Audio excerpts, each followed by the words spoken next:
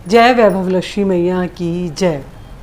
तो दोस्तों, आज मैं आपसे वैभव लक्ष्मी मैया के उद्यापन के बारे में कुछ बातें करूंगी।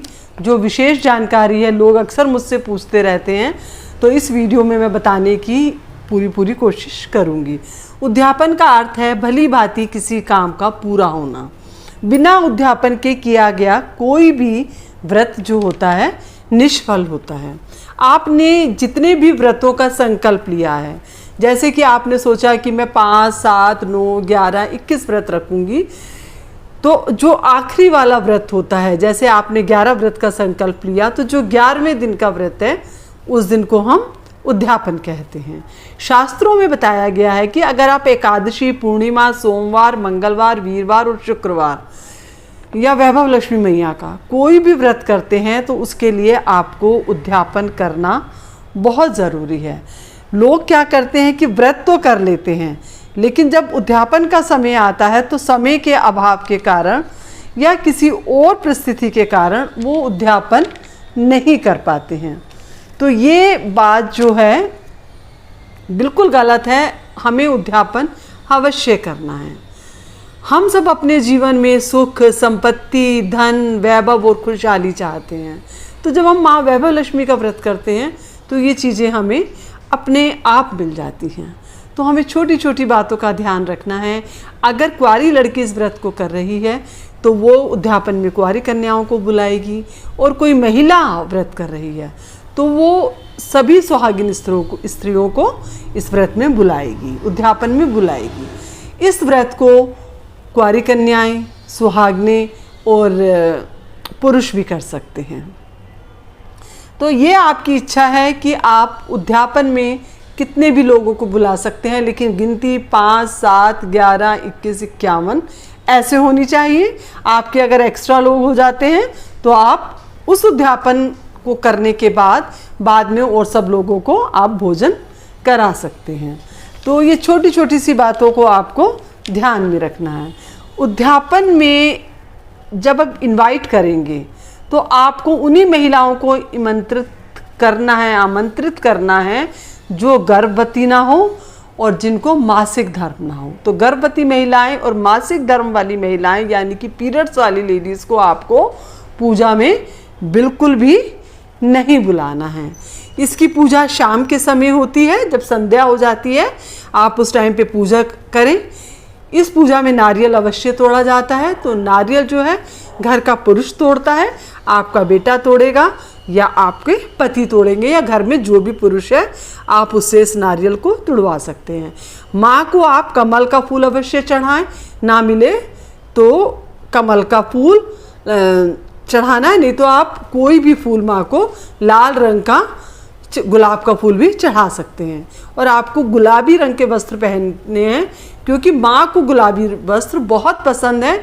अगर आपके पास गुलाबी कपड़े नहीं है तो आप लाल, हरे और पीले वस्त्र भी पहन सकते हैं। और जितनी भी महिलाओं को आपने आमंत्रित किया है पूजा में, उन सबको आप हल्दी कुमकुम से उनका तिलक करेंगी, उनको प्रणाम करेंगी। और उनको आपको शगुन में क्या क्या देना है, जैसे आप फूल, चूड़ी, नेल पॉलिश, सिंदूर, बिंदी, ब्लाउज पीस या चुन्नी या रुमाल, कोई भी आपको 5 चीज़ें देनी हैं। आप 2 भी दे सकते हैं, 5 भी दे सकते हैं, 7 भी दे सकते हैं।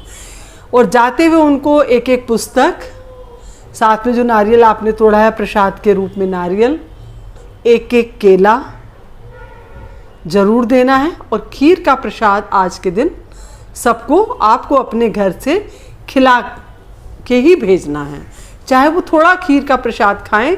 खीर का प्रसाद यानी कि चावलों की खीर बनाई जाती है, और बाद में आपको उन सभी महिलाओं को ये सुहाग की सामग्री देने के बाद उनको आपने चरण स्पर्श अवश्य करना है, क्योंकि आपके घर में वो माँ लक्ष्मी के रूप में आई हैं। और पूजा के बाद आपको एक बात ध्यान रखनी है कि आप तब तक भोजन नहीं करेंगी जब तक आप सबको भोजन ना खिला दें।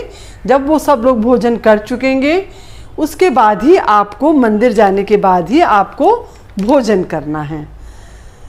तो भोजन जो आपने उद्यापन में बनाया है वो एक प्रसाद है।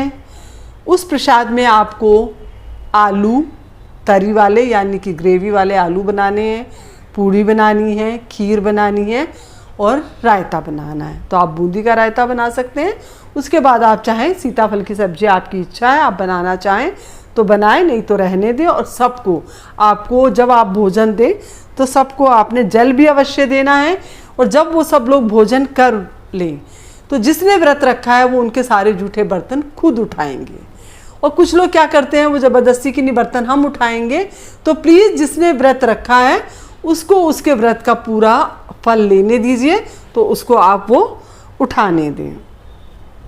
महिला भी जो है पूजा करने के बाद, जब सब लोग पूजा के बाद चले जाएं तो आप मंदिर जाएं, माँ को जो सामग्री है वो अर्पित करें, जो आपने प्रसाद माँ को देना है वो अर्पित करें, माँ का शुक्राना करें कि आपने मेरी इच्छा पूरी कर दी।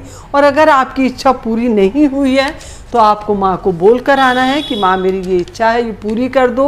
और वैभव लक्ष्मी के व्रत में ऐसा कभी नहीं होता है कि जो इच्छा आपने बोली हो और वो पूरी ना हो।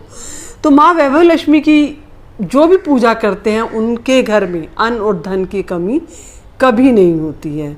माँ लक्ष्मी की पूजा व व्रत करने से माँ का आशीर्वाद हमेशा हमारे साथ रहता है। यह व्रत किसी भी शुक्ल पक्ष से ही शुरू करना चाहिए।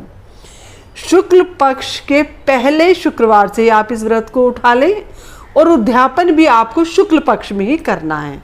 मान लीजिए आपके व्रत पूरे हो गए अंधेरे पक्ष में ही और शुक्ल पक्ष आने में अभी 1 हफ्ता बाकी है या 15 दिन बाकी है, तो आप क्या करेंगे, उस व्रत को आप छोड़ देंगे और शुक्ल पक्ष के पहले शुक्रवार को आप उद्यापन करेंगे। तो ये व्रत और ये उद्यापन सिर्फ अपने ही घर में किया जाता है। आपके लिए ये व्रत बहुत आसान है। अगर आप कहीं बाहर जा रहे हैं, किसी यात्रा में हैं, तो आप इस व्रत को स्किप कर सकते हैं, इस व्रत को छोड़ सकते हैं। लेकिन ये व्रत, ये पूजा, ये उद्यापन हमें सिर्फ अपने घर में ही करना है। और शुक्ल पक्ष जो है, अमावस के बाद आने वाले जो 15 दिन होते हैं वो शुक्ल पक्ष के होते हैं। शुक्ल पक्ष का शुभ प्रभाव हमारे जीवन के लिए बहुत ज़रूरी है। तो इसीलिए शुक्ल पक्ष में इस व्रत को और उद्यापन को करना चाहिए।